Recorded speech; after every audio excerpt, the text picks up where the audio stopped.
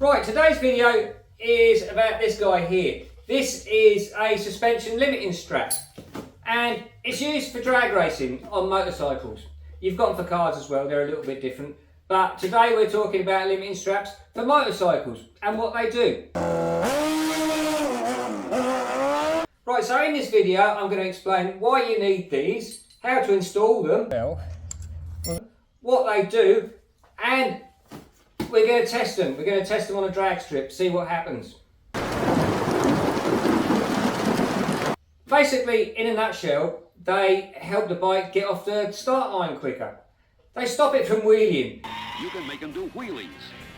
Because, as Valentino Rossi said, wheelies are the enemy of acceleration. And I'll tell you about that later on in the video.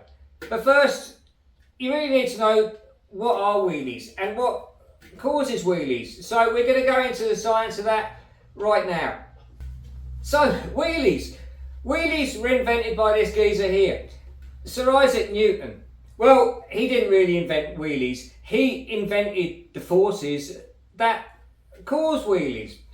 Before Isaac Newton came along, things were just floating around all over the place. But then he decided to invent all these laws, all these forces, like gravity and inertia and things like that. So in this video, we're going to concentrate on inertia and torque, which is why wheelies happen. Another one of Isaac's laws is every action has an equal and opposite reaction. And torque, the twisting force of something. Look, I'm not quite sure exactly how these laws come about, but that's what they are. And I'm going to try and explain to you why bikes wheelie using these laws. And we're going to do this in a drag racing application when the bike's stationary rather than going along at 100 k's an hour and then wheeling. So that's what we're doing. I apologise for the crudity of this model. When the bike's on the start line, the weight of the bike, the mass of the bike, is actually pushing down into the track via gravity. And to enable the bike to accelerate forward, it has to overcome the inertia of this weight sitting there. Inertia is an object's resistance to changes in direction and speed. So it needs to overcome that inertia to make it move forwards. So what happens is, when the light goes green, or just before the light goes green, you hit the throttle and the engine produces power and then transmits it to the rear wheel, which rotates like this, causing torque, twisting motion. And one of Newton's laws is every action has an equal and opposite reaction. So the torque twisting that way, the equal and opposite reaction is going that way. So that's forcing the bike up like that. And it's also having trouble overcoming the inertia to move it forward. So instead of going forwards, it comes up a bit as well until it's overcome that inertia enough to move forwards. So, and also what happens is there's a centre of mass, and that's normally between the two wheels, where it would be on a motorbike, or it would ride terrible. As the bike wheelies, the centre of mass moves backwards towards the rear axle where the pivot point is, and the closer it gets to the rear axle, the easier it is to wheelie. So the more it wheelies, the easier it is to wheelie. And then you'll get to a point past the pivot point where the bike will flip over. And on a motorbike, and a car even, you've got the added bonus of suspension. The weight is pushing down on the front suspension, the front springs are compressing. So there's that stored energy of the springs wanting to push upwards. And that also helps the front end rise like that. So all these forces together, there's quite a few of them working here. There's probably even more than what I'm going on about, such as weight transfer to the back and all sorts of stuff like that.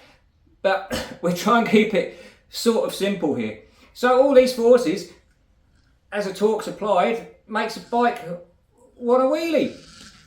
So that's what happens. So how do the limiting straps come into play?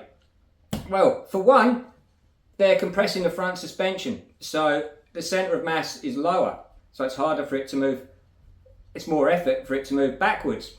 And also you're stopping that force of the springs pushing the bike upwards because you're compressing the springs. So instead of losing all that energy by the bike wheeling, because that's what slows it down, it actually loses the energy. It uses the energy to make the front wheel go up instead of propelling the bike down the track. So the limiting straps help stop the wheel coming up by stopping the front springs by pushing upwards, by keeping the centre of mass lower. The other thing that happens on a motorcycle is the force of the suspension unloading, the shocks actually extending. When they hit their limit stop, they can't go any further. Instead of the force of the shock absorber going upwards, it has to bring the front wheel upwards. That force is used to bring the front wheel up. And that's what helps initially get the front wheel off the ground when wheelies occur. So, I hope I explained quite well how wheelies happen and why they happen and why Isaac Newton invented them. So, in a nutshell, the limiting straps limit the forces of making the wheel go that way, the energy of the wheel and the bike going that way, so that it can concentrate more on going that way. And time is being wasted because instead of the bike moving forwards, it's going upwards like this. You can go too far the other way and make the front end too tight, and then you lose traction on the rear. So it is a little bit of a game, but I think at my level with the sort of power I've got, that's not going to be an issue. I'm going to fit these limiting straps to the trunk bobber. I'm going to show you how I do that. I'm going to show you how all that works. I've heard people talking about strapping the front suspension and stuff like that, and I've talked to people about it. It wasn't really sort of high on my list of priorities, but now that maybe I am chasing 10 to the second, I'm going to give it a go, because I haven't had a real go at launching real hard. I have been taking it a little bit gingerly, and now we need to change that. We need to go on a mission to get the 60 foot times down, and this is part of that. I didn't really think much about them before, but then when I decided to order some, I started researching them a little bit and realised how simple it was and how cool this strap was. I'm much more excited about it. I just thought it was a strap that strapped the front suspension down. Well, it is, but the way you apply it is a really cool thing as well. So that is a Brock's Performance front end lowering strap kit. Brock's, stupid fast. And for installation instructions, visit blah blah blah. We'll do that. I suppose we better do an unboxing video. Right, oh, gloves, safety first.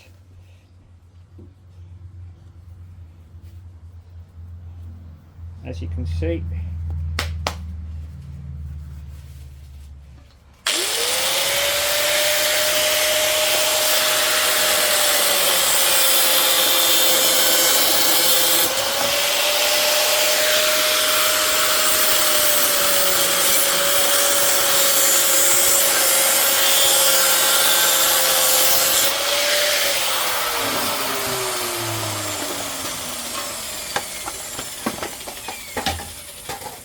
go. So basically it just wraps around your frame, and these two bits bolt to the calipers, and then you pull that to tighten it up when they're compressed. Right, I'll show you how to fit them. It's pretty simple really.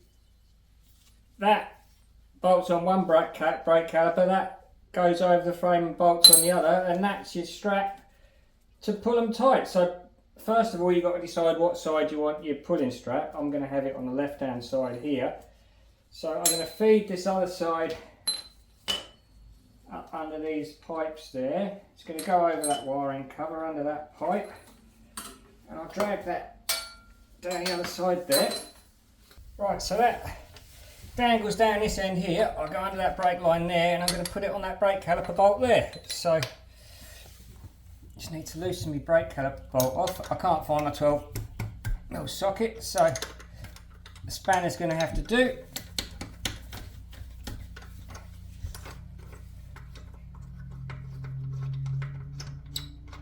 I'll slacken that lower bolt off there just so this one comes out and goes back in easier. You don't get washers in the kit, but I'm going to put a washer under that because I feel a bit happier with that going on there.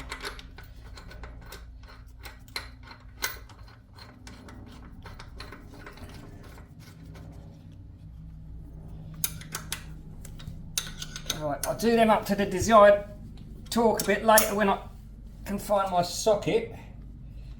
Actually, I might go above that. No, that's alright, that's okay. You just got to decide where you're going to route it the best so it's not going to damage things. I don't know if you can see that, I've gone over the top of them pipes there. I really need to come under them, so I'll do that.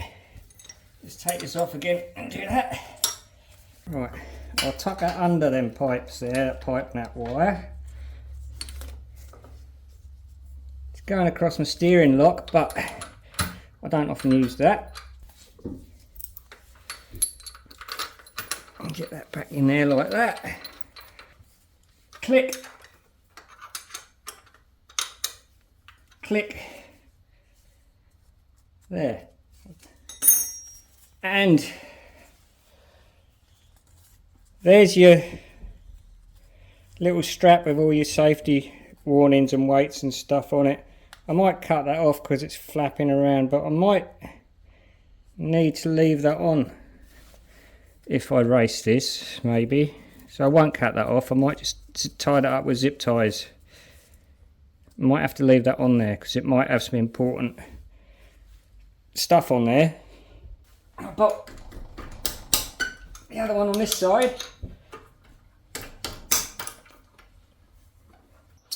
they seem really good quality right now, and that bracket and everything and the adjusting mechanism seems pretty good, pretty robust. Click, click. Right, now I'll pull that tight and lay that over the tank for now. So what I've done, I've just put a little bit of gaffer tape around it like that, or 100-mile-an-hour tape, whatever you want to call it. And that's all it takes to fit them. This needs to be tied off somewhere when you're riding, but you can ride it like that on the street and you've got full suspension movement until we've actually used it to compress the suspension. And now we have to load the suspension up and then pull this strap as we do that. So I haven't done this yet, this is the first time I'm doing it, so we're going to give it a go. Roll forwards, hit the brake. See, and the suspension's now compressed and it hasn't come back up again.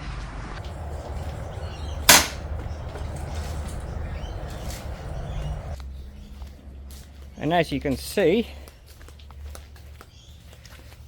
the suspension's now compressed.